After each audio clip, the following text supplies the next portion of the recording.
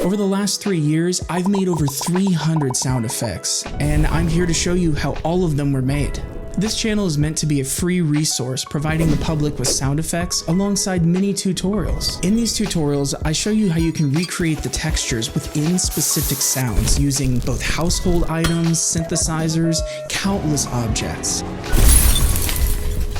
You may have actually already heard my sound effects in a few different TikToks, as well as a Mr. Beast video. That was a recent discovery, and I was pumped to find out that he actually used something that I made. Light. I think you can see what the trap is.